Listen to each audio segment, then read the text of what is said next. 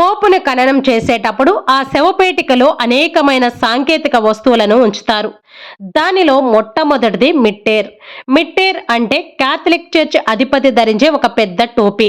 ఇది పోపు పదవికి మరియు పోపు కార్యాలయానికి గుర్తుగా ఉంటుంది. ఇంకా రెండవది పాలియము. పాలియము అంటే కాథలిక్ చర్చిలో ఒక పవిత్రమైన వస్త్రము.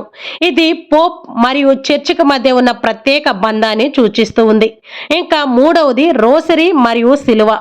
మరణించినటువంటి పోపు సాధారణంగా వారి విశ్వాసము మరియు భక్తికి గుర్తుగా జపమాలను మరియు సిలువను పెడతారు. ఇంకా నాలుగవది ఇరగగొట్టబడినటువంటి ఉంగరము. పోపు తన జీవిత కాలంలో ధరించినటువంటి ఉంగరము వారి యొక్క అధికారానికి గుర్తుగా నిలుస్తుంది. కాబట్టి పోపును ఖననం చేసేటప్పుడు వారి అధికారం ముగిసిపోయింది అని గుర్తుగా ఆ ఉంగరాన్ని ఇరగకొట్టి ఆ శవపేటికలో పెడతారు.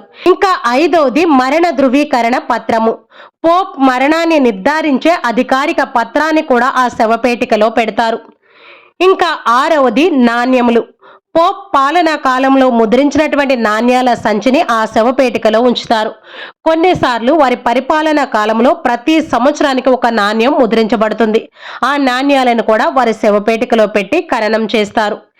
ఏడవది రొగ్గీటో. ఇది పోపు యొక్క జీవితాన్ని మరియు పోపు పదవిని వివరించే డిడ్ అనబడే రొగ్గీటో. ఇది శవపేటికను మూసివేసే ముందు అందరూ వినేలాగా గట్టిగా చదువుతారు. మరియు మెటల్ సిలిండర్ను కూడా ఉపయోగిస్తారు. పోపు యొక్క మరణ ధృవీకరణ పత్రాలు జాగ్రత్తగా ఉండడానికి ఆ పత్రాలన్నిటినీ మెటల్ సిలిండర్లో పెట్టి వాటిని కూడా శవపేటికలో ఉంచి పోపును ఖననం చేస్తారు. ఈ విధంగా పోపులను ఖననం చేసేటప్పుడు కొన్ని అధికారిక పత్రాలను మరియు కొన్ని సాంకేతిక ఆధారాలను కూడా ఆ శవపేటికలో పెట్టి ఖననం చేయడం ఆనవాయితీగా వస్తూ ఉంది. పోపు మరణించిన 4 నుండి 6 రోజుల తర్వాత ఈ ప్రక్రియ అంతా జరుగుతుంది.